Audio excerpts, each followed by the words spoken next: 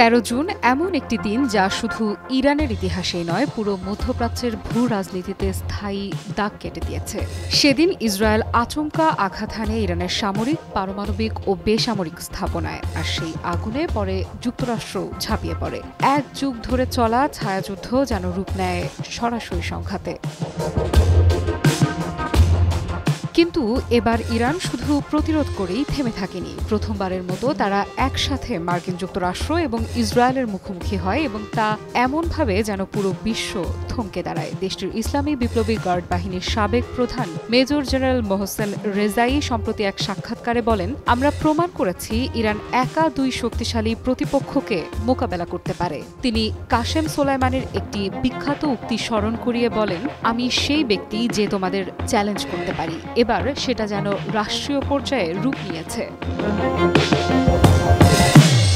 মারাত্মক সেই হামলার পর ইরান ভয়াবহ অপারেশন ট্রু প্রমিস 3 চালায়। ব্যালিস্টিক ক্ষেপণাস্ত্র ও ড্রোন দিয়ে তেল আবিব, হাইফা, বেইরশেভা সহ ইসরায়েলের অভ্যন্তরে আঘাত হানে। শুধু তাই নয়, ইরান কাতারে অবস্থিত যুক্তরাষ্ট্রের সবচেয়ে বড় ঘাঁটি আল উদেইতেও আঘাত হানে। তাদের প্রতিটি ক্ষেপণাস্ত্র 80টির বেশি ওয়ারহেড বহনে সক্ষম ছিল, এবং এক একটি বিস্ফোরণ প্রায় 40 কিলোমিটার এলাকা জুড়ে ধ্বংসযজ্ঞ চালায়। এর ফলে বাত ইয়াম শহরের অবস্থা গাজার যুদ্ধবিধ্বস্ত এলাকার মতো হয়ে যায়।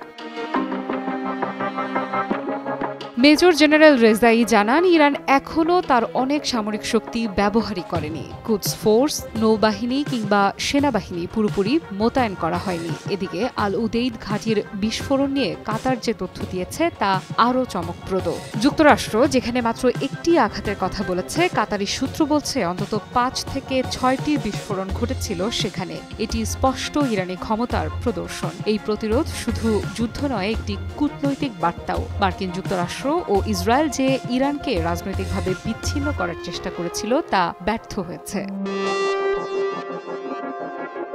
রেজাই বলেন, ইসরায়েল এই যুদ্ধে প্রায় $20 বিলিয়ন ক্ষতির সম্মুখীন হয়েছে। যুক্তরাষ্ট্রের মহামূল্যবান ক্ষেপণাস্ত্র প্রতিরক্ষা ব্যবস্থা যা তৈরি করতে তাদের 2 বছর লেগেছিল তা ক্ষয়প্রাপ্ত হয়েছে। অর্থাৎ শুধু অস্ত্রেই নয়, মানসিকভাবে, কৌশলগতভাবে এবং অর্থনৈতিকভাবে শত্রুপক্ষকে কাবু করেছে ইরান। তিনি বলেন, ইরান ভেঙে ফেলার রাজনীতিতে অস্থিরতা তৈরির ও সামরিক অবকাঠামো ধ্বংসের পরিকল্পনা করেছিল ইসরায়েল ও যুক্তরাষ্ট্র, কিন্তু তারা ব্যর্থ হয়েছে। এটি তাদের জন্য এক বড় কৌশলগত ব্যর্থতা।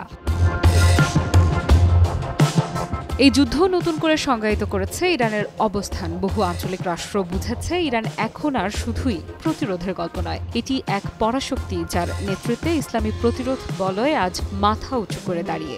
রেজাইর ভাষায়, আমরা শীর্ষে পৌঁছানোর দিকে যাত্রা শুরু করেছি। সবচেয়ে বড় বিষয় হলো থেমে না যাওয়া।